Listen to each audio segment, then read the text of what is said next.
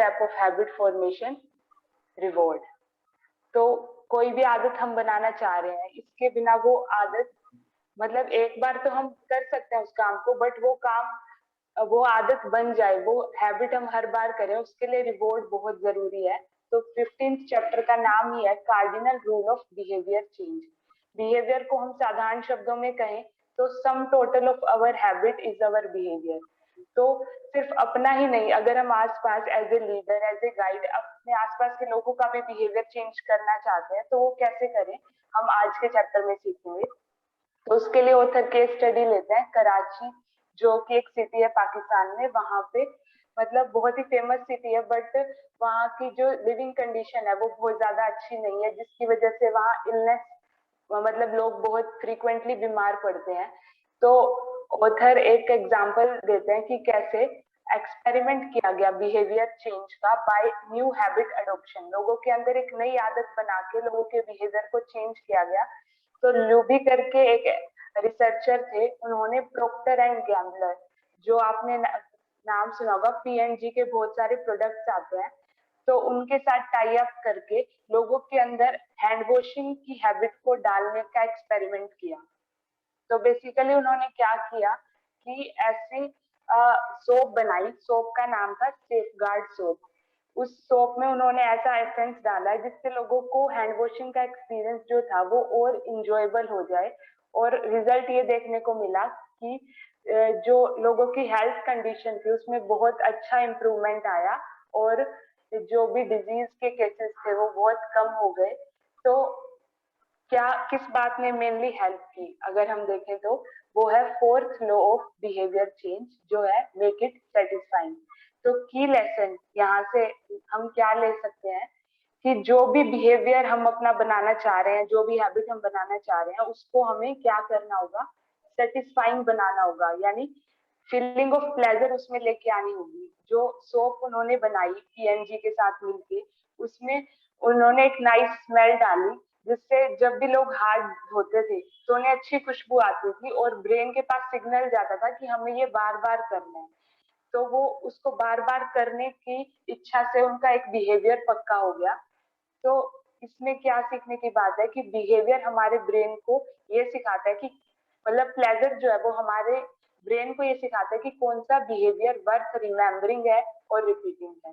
इसके बाद यहाँ से जो एक की लेसन हमें याद रखना है, आज हम एक एक्सपेरिमेंट और करेंगे कि जो भी की लेसन है उसे हम साथ साथ कमेंट बॉक्स में टाइप करते जाएं, ताकि वो हमारे सबकॉन्शियस में छप जाए अच्छे से। तो cardinal rule of behaviour change, अगर हमें अपना या किसी और का भी बिहेवियर चेंज करना है तो ये बात हमें याद रखनी है कि what is rewarded is repeated.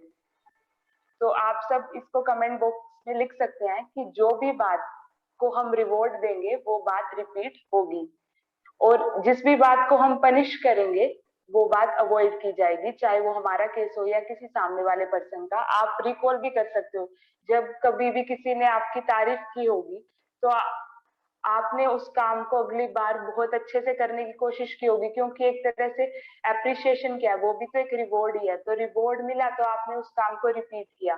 तो आर आर, रिवॉर्ड रिपीट। जैसा हमने लास्ट टाइम हैबिट बनाने में सीखा था कि हैबिट बनाने के लिए रिपीटिशन जरूरी है, और रिपीटिशन के लिए क्या जरूरी है, रिवॉर्डिंग।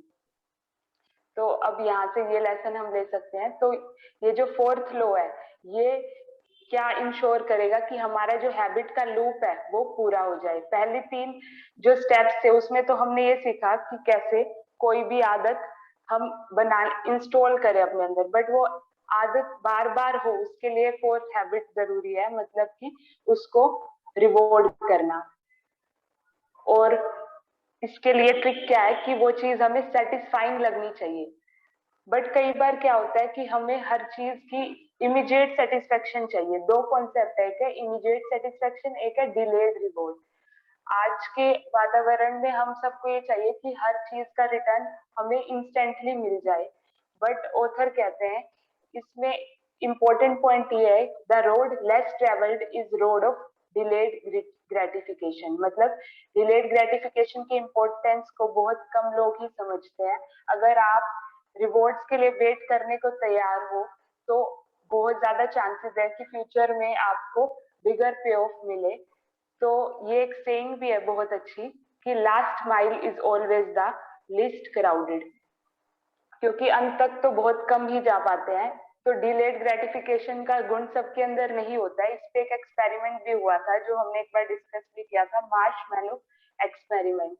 इसमें क्या किया गया कि छोटे बच्चों के आगे कुछ मार्शमैलो के पीसेस रखे गए और ये देखा गया कि जिन बच्चों को ये कहा गया कि आप मार्शमैलो अगर थोड़ी देर बाद खाओगे तो आपको और ज्यादा मार्शमैलो मिलेंगे, यानी जो अपनी इच्छा को कंट्रोल कर पाए उनका जो इंटेलिजेंस क्वेश्चन या ईक्यू था वो बहुत अच्छा था, और इसकी वजह से उनके फ्यूचर में भी बहुत जो रिजल्ट्स थे वो अच्छे रहे। तो डिलेड ग्रेटिफिकेशन एक बहुत ही इम्पोर्टेंट क्वालिटी है जो हमें अपने अंदर लानी चाहिए, ऑथर कहते हैं। अगर आप अभी अपने इंजॉय को या अपने प्लेजर को थोड़ी देर के लिए डिले कर देते हो और जो इम्पोर्टेंट टास्क है उसको पहले करते हो तो उसका फायदा आपको ज्यादा मिलेगा। फिर ऑथर कहता है, बट ये बात थोड़ी आइडियलिस्टिक सी लगती है कि हम मतलब हर चीज को ग्रेटिफिकेशन को डिले कर दे। तो वाइज अप्रोच यहाँ पे क्या है, बेस्ट वे है कि हम मिक्स कर ले दोनों को, यानी कि थोड़ा सा इमीडिएट रिवॉर्ड भी दें अपने आप को और फिर बड़ा रिवॉर्ड थोड़े टाइम बाद दें। तो बेस्ट वे हम लिख सकते हैं इसको कमेंट बॉक्स में, the best way to do is to add a little bit of immediate pleasure to habit that pay off in long run. Best way क्या है, लिटिल बिट इमीडिएट प्लेजर जरूर दे, मतलब अपने आप को छोटा सा रिवॉर्ड ही सही पर दे जरूर, क्योंकि वरना तो हमें उस काम को करते रहने की जो मोटिवेशन है वो नहीं मिलेगी और वो आदत हमारी छूट जाएगी। उसके बाद नेक्स्ट पॉइंट यहाँ जो इम्पोर्टेंट है वो ये है कि इंस्टेंट ग्रेटिफिकेशन का तो हमारा ह्यूमन नेचर है ही, अब इसको भी अपने एडवांटेज में हम कैसे बदले उसको ऑथर बताते हैं। ऑथर कहते हैं कि वैसे तो जो रिवॉर्ड है किसी भी अच्छी आदत का, वो अच्छी आदत खुद ही अपने आप में एक रिवॉर्ड है, बट फिर भी हमें कुछ और भी सेटिस्फेक्शन के लिए चाहिए होता है। एक एग्जांपल ऑथर बताते हैं कि शुरुआत में तो हमें जब भी आदत बना रहे होते हैं तो इट्स ऑल सेक्रीफाइस, हमें लगता है कि कुछ रिजल्ट मिल नहीं रहे हैं क्योंकि हम उस टाइम वैल्यू ऑफ डिसअपॉइंटमेंट से गुजर रहे होते हैं। कुछ महीनों बाद ही जब वो आदत इजी होती है तब रिजल्ट दिखने शुरू होते हैं। तो शुरुआत में ट्रैक पे बने रहने के लिए आपको एक वजह चाहिए होती है, वो वजह आपको इमीडिएट रिवॉर्ड से ही मिल पाएगी। तो you need a reason to stay on track, और उसके लिए इमीडिएट रिवॉर्ड बहुत जरूरी है। और बेस्ट अप्रोच यहाँ पे जो काम करेगी वो है रीइंफोर्समेंट की। रीइंफोर्समेंट हम अपने आसपास भी देख सकते हैं, किसी के बिहेवियर को रीइंफोर्स हम मतलब सबसे बेसिक एग्जांपल है उसको अप्रिशिएट करना, गाइड करना, उससे भी हम उसके बिहेवियर को रीइंफोर्स कर सकते हैं। और एक एग्जांपल ऑथर बताते हैं कि हम इंस्टेंट ग्रेटिफिकेशन को कैसे अपने फायदे में बदल दें। तो ऑथर एक एग्जांपल इसमें देते हैं कि रीडर जो थे ऑथर के, उनको बाहर का खाने की ज्यादा आदत थी, तो उन्होंने इस हैबिट को कंट्रोल करने की सोची और उसके लिए एक सेविंग अकाउंट खोला। बट अगर वो खाली सेविंग अकाउंट खोलते तो हमेशा उन्हें लगता कि हम कितना सेक्रीफाइस कर रहे हैं। बट उस इसमें इन्होंने ट्रिक क्या लगाई कि उस सेविंग अकाउंट का नाम भी क्या रख दिया, ट्रिप टू यूरोप, यानी वो जो पैसे बचेंगे वो उसको अपने इंजॉय में यूज करेंगे। तो इससे क्या होगा, हमें इमीडिएट वो रिवॉर्ड ही मिल गया एक तरीके से, मतलब वो जो पैसा सेव कर रहे हैं वो उन्हें फिर मुश्किल नहीं लगेगा, क्योंकि उन्हें पता है कि ये भी हमें मतलब डिलेड ग्रेटिफिकेशन हो गया एक तरह से, हमें फायदा बाद में मिलेगा ही।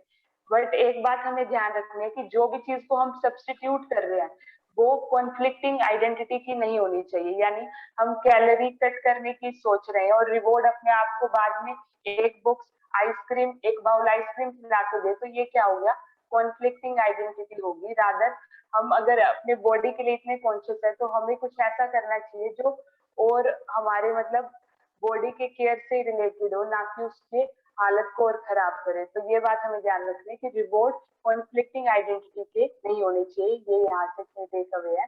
तो समराइज इस तरह हम कर सकते हैं कि हैबिट को इंजॉयबल बनाना बहुत जरूरी है, तभी वो लास्ट टाइम तक टिक पाएगी। और उसके लिए रीइंफोर्समेंट करना है, जैसे कि सोप वाले एग्जांपल में हमने देखा कि इमीडिएट प्लेजर देना ताकि आप उस आदत को करते रहो। तो अब हम नेक्स्ट इम्पोर्टेंट चैप्टर पे बढ़ते हैं।